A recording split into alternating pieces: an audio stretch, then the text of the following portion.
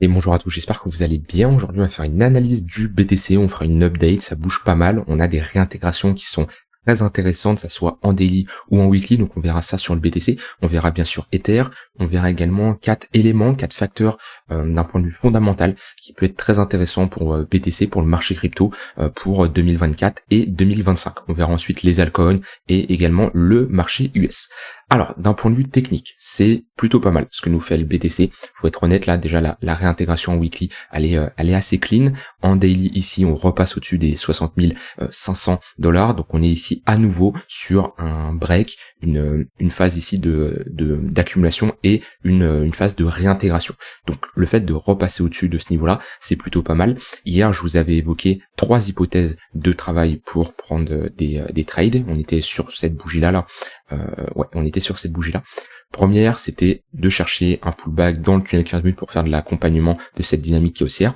On ne l'a pas eu. La deuxième, c'était d'avoir une pattern de top sur cette zone de résistance. On ne l'a pas eu. Et la troisième, c'était tout simplement de réintégrer les 60 000 $, d'avoir un pullback et de chercher des achats si on a le pullback. Et vous voyez, c'est ça, hein, trader, c'est comme ça, c'est avoir des plans de travail, des hypothèses, et c'est pas tout le temps qui vont avoir lieu, c'est pas tout le temps que automatiquement ça va se faire, sinon ça serait beaucoup trop simple, hein. Tous les jours devant mes écrans, j'ai des potentiels setups qui peuvent s'enclencher, mais je n'ai jamais toutes les conditions, et voilà, c'est comme ça, c'est le fait d'avoir un plan, d'avoir une stratégie, et on doit la suivre tout simplement. Donc voilà, ici sur les 3 hypothèses que j'avais évoquées, il n'y en a plus qu'une qui est valide. Ça se trouve, cette hypothèse ne sera jamais validée, parce qu'on va partir comme ça et on reviendra jamais dessus. Et ben c'est comme ça, c'est trader, c'est avoir un plan avec une gestion de risque, et on doit respecter bien sûr ce plan-là. Si il ne se confirme pas, il s'invalide, ou alors tout simplement il ne s'exécute pas, tant pis, on passe à autre chose, on trouvera d'autres plans. Et à l'intérieur de ce range-là, j'ai pris que 2 positions, peut-être 3 si on a le pullback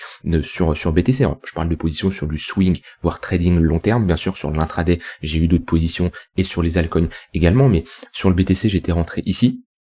J'avais TP là, j'étais rentré ici sur la réintégration, et je n'ai pas TP. Je me suis mis à BE parce que j'avais un TP au niveau de l'ATH, peut-être une erreur de ma part, mais souvent suite à ce genre de réintégration, on vise l'ATH, et j'ai pris un BE ici. Et là, je pourrais faire la même chose, c'est-à-dire avoir une entrée ici et viser cette zone de résistance vers les 71 500 $. Donc c'est plutôt pas mal ce que nous fait le BTC, tant qu'il se maintient au-dessus des 60 000 $. C'est un gros niveau, d'accord? Alors les niveaux comme ça, c'est vraiment des niveaux de polarité, c'est des points clés. C'est pas obligé que ça serve uniquement de support et de résistance, donc ça veut dire j'achète ou je vends. Ça peut également servir de biais directionnel. C'est-à-dire que moi là, comment je le vois, ce niveau des 60 000 $, tant qu'on évolue au-dessus, je vais chercher des achats, et ici, tant qu'on évolue en dessous, je vais plutôt chercher des ventes. Bien sûr, pas n'importe comment, je vais me méfier en fonction des zones qu'on va voir ici, qui sont des zones intermédiaires, mais voilà, cette zone de polarité des 60 000 $ nous permet de déterminer un biais directionnel. Est-ce qu'on va être plutôt bullish, ou est-ce qu'on va être plutôt bearish, en fonction de si on se situe au-dessus ou en dessous. Maintenant, pour trader la réintégration, je préférais avoir ici un pullback, parce que rentrer ici, ça me paraît compliqué, on n'a pas un risk-reward intéressant, et on est proche d'une résistance. Donc là, pullback dans le tunnel 4 heures, en confluence avec cette zone de support, ça peut être selon moi quelque chose d'assez intéressant pour viser l'extrémité haute. Bien sûr, toujours avec une bonne gestion de risque, et c'est pas pour ça que le trade va 100% se valider. Vous voyez, hein, je vous avais partagé ce trade-là que j'avais pris, il est bien parti, et j'avais quelque chose comme ça. J'avais quelque chose comme ça, à peu près. Je crois que c'était bien ça. Et j'ai pris un BE, tout simplement. J'ai pris un BE, et j'ai bien fait, parce que sinon j'aurais pris un SL. Ça se trouve, on fera la même chose. Je vais me mettre à BE et on va faire quelque chose comme ça. Je n'en sais rien, mais dans tous les cas, cette réintégration est plutôt pas mal. Ça, c'est l'analyse technique. Il y a également l'analyse fondamentale, et selon moi, au vu du contexte qu'on a sur les cryptos d'un point de vue fonda, c'est plutôt intéressant. Ceux qui doutent d'un point de vue technique, c'est vrai que cette pattern en weekly qu'on a faite, hein, ici on a une structure de top, ça peut freiner certaines personnes. Alors c'est ce qu'on a sur BTC, c'est pas spécialement ce qu'on a sur Ether et sur des altcoins, mais c'est vrai que d'un point de vue technique, on peut se dire ok, attention, méfiance. De toute façon, dans tous les cas, on est sur des niveaux hauts sur BTC, et j'estime qu'on n'est pas sur des zones d'achat à ce niveau-là. Et quelqu'un qui prend des profits proches d'un nouvel ATH après une telle performance, c'est tout à fait compréhensible, d'accord. Maintenant, je ne rentrerai pas ici, mais d'un point de vue technique, c'est vrai qu'on a quand même une pattern de top à ne pas oublier. Maintenant, d'un point de vue fondamental, il y a 4 points clés que personnellement je surveille, et c'est pour moi, hein, ces 4 points clés vont permettre à BTC, aux altcoins, de pousser en 2024-2025 et d'avoir la continuité de ce bull market. Le premier point, c'est cette baisse des taux qu'on attend pour fin 2024. En tout cas, c'est le début de la baisse des taux qui peut se prolonger, bien sûr, et qui va se prolonger sur 2025. Mais actuellement, on est plutôt sur un marché qui était orienté risk-off, avec des taux qui étaient assez élevés. Le fait d'avoir des taux élevés, ça pousse les investisseurs à ne pas investir sur des assets à risque, sur des risk-on tout simplement. Ils vont privilégier d'investir dans des obligations, d'investir dans le dollar ou autre, parce que il y a des taux d'intérêt qui sont tout simplement intéressants. Cette baisse des taux, ça peut encourager tout simplement les investisseurs à rentrer sur les marchés, ce qui est déjà le cas, parce que c'est déjà pricé à l'avance, on le voit bien avec des ATH sur le marché US, mais voilà, ça déjà c'est un point important. Le deuxième, c'est les élections présidentielles. Ça, c'est un point qui est important, avec un Trump qui serait plutôt favorable aux cryptos, et je pense que c'est un point qui pourrait fortement faire bouger le marché. On l'a déjà vu, à chaque fois il y a eu des élections présidentielles, c'était novembre 2020, ensuite il y a eu novembre 2016, ça a été plutôt bullish pour le marché. Alors après on peut dire oui, mais c'était en même temps que l'halving, etc. Certes, mais en tout cas c'est pas quelque chose qui a empêché d'avoir un bull run, donc ça sera également quelque chose à surveiller. On a bien sûr les ETF spot sur Ether. Alors ça va pas spécialement être bullish pour le BTC, quoique on voit que les inflows qui ont été sur le BTC ont impacté Ether, parce que l'Ether a été bullish sur ce moment-là, beaucoup moins bullish que BTC, mais il y a eu quand même une hausse, donc pour moi ça a un impact qui est assez important sur l'ensemble du marché. Ça offre de la visibilité également aux altcoins, parce que ça va permettre à certains de découvrir le marché crypto. Souvent on entend parler, quand on parle de crypto, on entend souvent parler directement de BTC. Il y a beaucoup de gens qui connaissent BTC, il y a beaucoup moins de gens qui vont connaître Ether et les altcoins. Et cet ETF spot, ça peut être un point important. Et le dernier point, ça va être le remboursement de FTX. Vous savez, depuis ça va faire 2 ans maintenant. C'était novembre 2022, on a eu le crash de FTX, on a eu beaucoup de fonds qui ont été bloqués, et le remboursement s'effectuerait en dollars, en USDT. Enfin non, pas en USDT, en dollars tout simplement. Alors, je dis peut-être une bêtise, je sais plus si c'est en USDT ou en USD, mais dans tous les cas, c'est du cash. Et c'est du cash qui peut être réinjecté à nouveau sur les marchés, donc ça c'est plutôt pas mal. Voilà, ça c'est vraiment les 4 news. Entre temps, bien sûr, il peut y en avoir d'autres, bien entendu, mais c'est vraiment les 4 points importants qu'il va falloir surveiller pour 2024 et 2025, et en fonction de ce qui se passera, bien sûr, ça peut être selon moi extrêmement bullish pour la suite. Et c'est pour ces raisons que je pense qu'on n'est pas vraiment sur un top définitif dans le marché. Rien n'empêche d'avoir une phase de respiration, comme on a connu ici lors du top d'avril-mai 2021. On a pris un moins 50% et ensuite on a une phase d'accumulation. On peut être dans cette phase de respiration, mais d'un point de vue fondamental, d'un point de vue contexte, ici on n'est pas sur un top de marché. D'accord? Ce qui est totalement différent, en fait, les news ne sont pas encore sorties. Tout ce qui est bullish pour le marché n'est pas encore arrivé. C'est différent où quand on était ici, alors je veux pas faire le malin et vous dire ah oui, j'avais anticipé que le BTC allait s'arrêter pile poil à 69 000 $. Mais en tout cas ici, les grosses news étaient déjà sorties. On était déjà au courant par rapport à PayPal et le lien avec les cryptos. On avait MicroStrategy qui avait déjà annoncé qu'il rentrait sur les marchés. Oui, on avait des news, mais on n'avait pas des grosses news qui étaient à venir. Ici, on a quand même des news qui n'ont pas la même ampleur selon moi que lorsqu'on était en 2021-2022. Que ça soit les ETF spot, ce qui est vraiment un point très important. Le remboursement d'FTX, c'est également des milliards de dollars qui peuvent être à nouveau réinjectés sur le marché. Donc tout ça fait que selon moi, je suis plutôt optimiste pour les prochains mois. Maintenant, ça n'empêche qu'il faut garder un œil d'un point de vue technique et avoir une bonne gestion de risque. D'accord? Ne faites pas all-in, parce que je vous ai dit que on a des catalyseurs, des événements qui étaient plutôt bullish sur le marché. C'est pas pour ça que c'est du 100% de réussite. C'est là l'importance d'avoir une bonne gestion de risque, une bonne gestion de votre balance cash crypto et bien gérer l'allocation de votre capital sur différents actifs au sein de l'écosystème crypto, parce que on n'a pas en fonction de chacun des profils, on va pas se positionner de la même manière, que ce soit sur BTC, Ether et les altcoins. Mais en tout cas, voilà, BTC plutôt bullish sur du court terme. On a une dynamique qui est bien haussière. Ça fait un moment comme ça qu'on n'avait pas une dynamique qui était aussi forte. On pull back même pas dans le tunnel 15 minutes. Ça veut dire que, si je vais chercher BTC, voilà, on voit que c'est le tunnel 5 minutes qui fait office de support pour le moment. À chaque fois qu'on pull back dedans, il y a des opportunités d'achat. Donc là, on est vraiment sur du scalping, mais on voit bien que on a une bonne dynamique qui est haussière pour le moment et on n'a pas d'essoufflement. prochaine résistance, le niveau des 64 000 $. Maintenant, c'est pas parce que demain on prend un moins 4%, moins 3%, que ça y est, c'est la fin, ça va se cracher, c'est fini. Non, attention à ne pas être trop émotif avec ce genre de pump, d'accord, qu'elle soit de pump ou de dump, hein. Mais si on a un retracement et qu'on revient chercher, comme je vous l'ai dit, un niveau intéressant, c'est les 60 000 $. Si on revient chercher cette zone-là, ici, ouais, c'est une bonne zone selon moi pour chercher des achats avec une zone d'invalidation qui est, alors, soit on a une zone d'invalidation qui est agressive, qui est globalement, si on réintègre en daily sous les 59 500 $, 59 000 $, et si on veut avoir une zone d'invalidation qui est, on va dire, plus safe, mais qui est un peu plus logique, c'est sous la déviation. Parce que si on a fait une déviation, on n'est pas censé revenir chercher ce niveau-là. Donc ce qui ferait soit quelque chose comme ça, et là on vise du 2 pour 1, ce qui nous vise à faire c'est un nouvel ATH, soit on a ici un SL qui est beaucoup plus serré. Maintenant c'est à vous de voir en fonction de à quel moment vous invalidez votre entrée et si vous êtes plutôt agressif ou pas sur ce type d'entrée.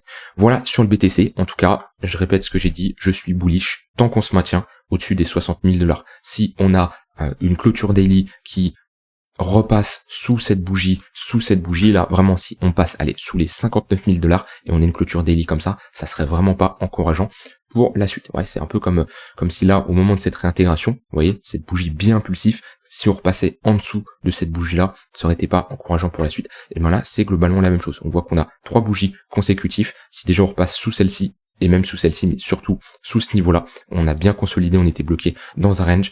Voilà, pour moi, ça serait une fausse cassure, faudra se barrer et on aura de grandes chances d'aller faire ici un plus bas.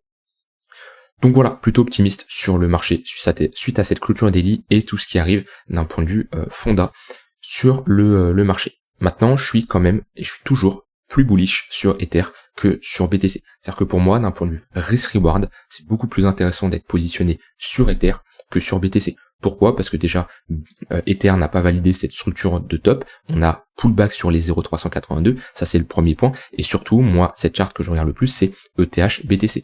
Et d'un point de vue probabilité, cette charte a plus de chances de break par le haut suite à cette déviation réintégration qu'on a fait ici. Et moi, si on repasse au-dessus de ce niveau-là, des 0,057, on n'est pas très loin ici, hein. Pourcentage, on est sur un 6%, je switcherai une partie de mes BTC en Ether. C'est vraiment la validation qu'il me faut. Je veux pas le faire trop rapidement pour ne pas immobiliser un capital qui enfin, je l'immobilise pas vu que je suis déjà investi sur le BTC, mais pour le moment, on est toujours dans cette dynamique qui est baissière.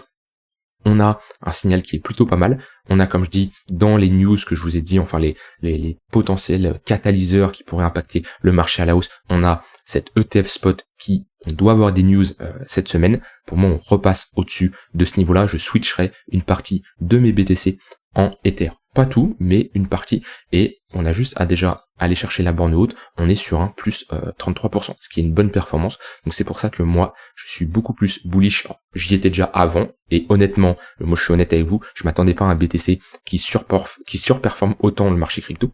Que je prends la Bitcoin dominance ou ETH BTC, je m'attendais pas à avoir un BTC qui performe autant. Donc j'étais déjà bien bullish et j'ai toujours été plus exposé en Ether que sur le BTC. Ben là, ça sera encore plus le cas parce que j'ai des éléments encore plus importants que j'avais à l'époque. Donc voilà, Ether plutôt pas mal et surtout on repasse au-dessus de ce niveau-là, donc on réintègre un précédent range, on aurait de grandes chances d'aller chercher l'extrémité opposée. Voilà pour BTC et Ether. Au niveau des altcoins, Total 3, pareil, hein, Total 3, vous voyez, ça c'était les niveaux qui étaient intéressants à réintégrer. Le fait de réintégrer ce niveau-là, et on réintègre ce précédent range, et voilà, on a une zone de résistance assez importante qui est ici, mais c'est la prochaine target. Aller chercher ce niveau-là, donc on voit qu'on a des altcoins qui performent plutôt bien, alors pas aussi bien que comme on était en altcoin season ou autre. On voit bien que on a une Bitcoin dominance qui fait pas grand-chose, on range pour le moment, on ne prend pas de direction claire. On a des altcoins qui pump, mais c'est plutôt calme. Oui, c'est sûr, on n'a pas encore eu lieu la période où les altcoins prenaient des plus 20% tous les jours, c'est sûr, mais j'espère qu'elle viendra. Je ne pense pas qu'elle sera aussi incroyable que ce qu'on a connu en 2021, mais rien n'empêche qu'on pourra avoir une altcoin season. Voilà pour BTC et Ether. Alors les altcoins que vous m'avez demandé d'analyser en deux mémoires, on avait Shiba, on avait APT et je sais plus c'est lequel l'autre de mémoire. Je les ai pas notés donc je les ai pas sous les yeux, mais j'avais Shiba, APT c'est sûr. et je dis peut-être une bêtise, mais on va le faire, je crois que j'avais ICP. Sinon je le referai la prochaine update, si je me suis trompé.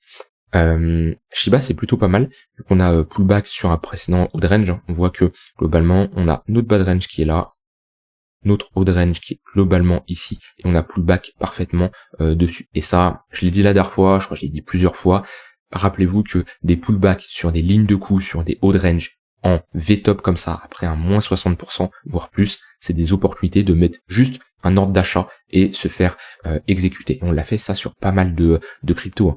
Si je regarde Dogecoin, c'est pareil, hein. Ici on a pullback sur une magnifique ligne de coup de cette pattern de retournement.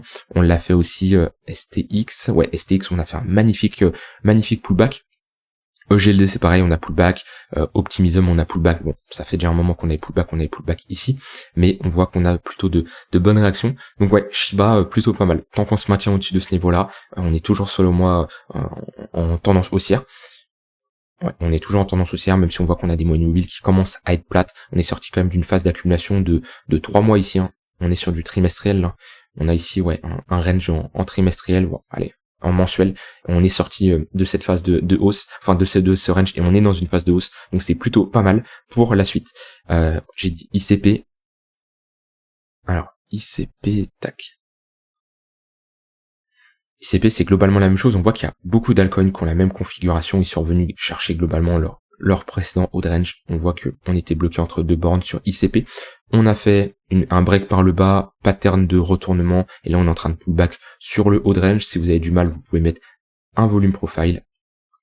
Voilà, et on voit que notre value area high se retrouve parfaitement au niveau de notre haut de range, et notre value area low se retrouve sur notre bas de range. On voit qu'on a magnifiquement pullback dessus, donc bonne réaction pour le moment. Après une baisse de moins 67%, on a un ravalement également, on l'avait vu, hein, c'était une altcoin qui est forte, et vous voyez, je vous avais montré les altcoins qui étaient les plus fortes, donc on avait ICP, on avait STX qui était pas mal, les autres on avait vu, on avait VET, qui faisait un bon ravalement, on n'avait pas SEI, mais voilà, on avait VET, on avait ICP, et en fait, dites-vous que c'est là l'importance, hein, je le répéterai encore et je continuerai de le répéter parce que ça c'est un point important, ça peut clairement améliorer votre trading si vous comprenez ça, des altcoins fortes ont plus de chances de rester fortes, donc concentrez-vous sur des altcoins qui sont fortes, et quand hier je vous ai fait une update sur les meilleures clôtures weekly, je me suis concentré sur, quel altcoin a ravalé sa précédente bougie, ici, ce qui m'indique que, sur l'intraday, cette semaine-là, on peut chercher des achats en faisant de la continuation de tendance sur des altcoins qui sont fortes. Et vaut mieux se concentrer sur des altcoins qui sont fortes. C'est le cas avec, comme je l'ai dit, ICP, c'est le cas avec VET, et on voit que les altcoins les plus fortes continuent encore aujourd'hui à performer. Alors des altcoins un peu plus faibles, ADA c'est une altcoin forte, mais on est sur un niveau de résistance. XRP c'est une altcoin qui est forte, qu'est-ce qu'on avait, AVAX qui est faible, au vu de cette culture, on fait pas une journée beaucoup plus incroyable qu'un ICP ou qu'un VET, donc concentrez-vous sur des altcoins qui sont vraiment fortes, mais ICP c'est pas mal. Hop, je retourne ici, ICP le pullback est vraiment bien, réintégration, rien n'empêche d'avoir pas un retracement pour une meilleure structure, mais déjà ici on a un momentum qui est fort ici. Si je me mets sur du daily, on voit bien qu'on retrouve un momentum qui est plutôt bullish, avec sûrement une divergence haussière. On a notre divergence haussière, un momentum qui est bien bullish, ça pour de la continuation de tendance. Pullback dans les tunnels 15 minutes, 1 heure, c'est des opportunités. Et j'avais dit ICP, j'avais dit Aptos. Tac. Alors, Aptos, on voit bien qu'on est délimité entre deux bornes, on a un range, on est sur l'extrémité basse, maintenant on n'a pas assez d'historique pour vraiment faire une analyse complète, mais on voit que on est bloqué entre deux extrémités. En général on cherche plutôt à se positionner sur l'extrémité basse. Je peux également mettre ici un volume profile qui nous indique pas grand chose. C'est le problème, hein, en général, qu'on a très peu d'historique sur ce genre de chart, mais on a quand même le poke qui est vers les $9. Pour le moment, réaction sur la borne basse. On va passer en daily, voir ce qu'on a. Petite pattern de retournement, attention, on est quand même sur une résistance, mais si on repasse au-dessus de ce niveau-là, on break le précédent sommet ici, on pourrait repasser dans une dynamique qui est haussière et faire des creux des sommets de plus en plus haut. Si je mets les moyennes mobiles, on voit que c'est pas encore une altcoin qui est vraiment forte, même si on a une divergence haussière validée avec un momentum qui est plutôt bullish, c'est pas encore une altcoin qui est forte vu qu'on est en dessous le tunnel 4 heures. on n'a pas fait ce ravalement comparé à, vous prenez comme je l'ai dit, des ICP, des VET, ils sont au-dessus de leur tunnel 4 heures. Donc rien n'empêche de faire de la continuation de tendance sur l'intraday, mais vous devez prendre en compte que c'est une altcoin qui est moins forte que les autres. Voilà, et sinon, réaction ici, hein, quelqu'un qui cherche des achats sur la borne basse peut viser l'extrémité haute en termes de TP. Hein. Alors bien sûr, hein, c'est des niveaux que vous n'allez pas avoir du jour au lendemain, hein, ça va prendre peut-être quelques mois à retourner chercher l'extrémité haute, mais voilà, une entrée dans cette zone-là, avec une zone d'invalidation vers les 4 dollars, 4 dollars à peu près, et chercher des TP sur la borne haute, et bien sûr, un bon trade management sur la montée, avec des prises de profit, et bien sûr, un stop loss qui va évoluer avec le temps. Voilà comment on gère ce genre de range.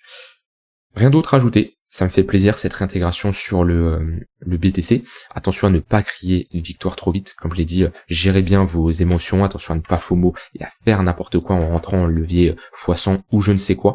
Et toujours une bonne gestion du risque. Moi ici, je fais une analyse sur le BTC, mais à part trader sur du swing trading long terme, je ne rentre pas en spot parce que j'en ai déjà accumulé pendant de longues périodes sur le BTC dans cette zone-là. Et c'est pas ici que je vais rentrer en position. Ether, honnêtement, pour être vraiment transparent avec vous, Ether, je suis rentré beaucoup dans cette zone-là. J'ai actuellement du cash disponible, mais d'un point de vue technique, c'est dur de rentrer sur Ether ici, parce que j'estime qu'on est haut. Maintenant, avec le contexte, les ETF spot, etc., le ETH BTC qui est bearish, pour moi ici on est...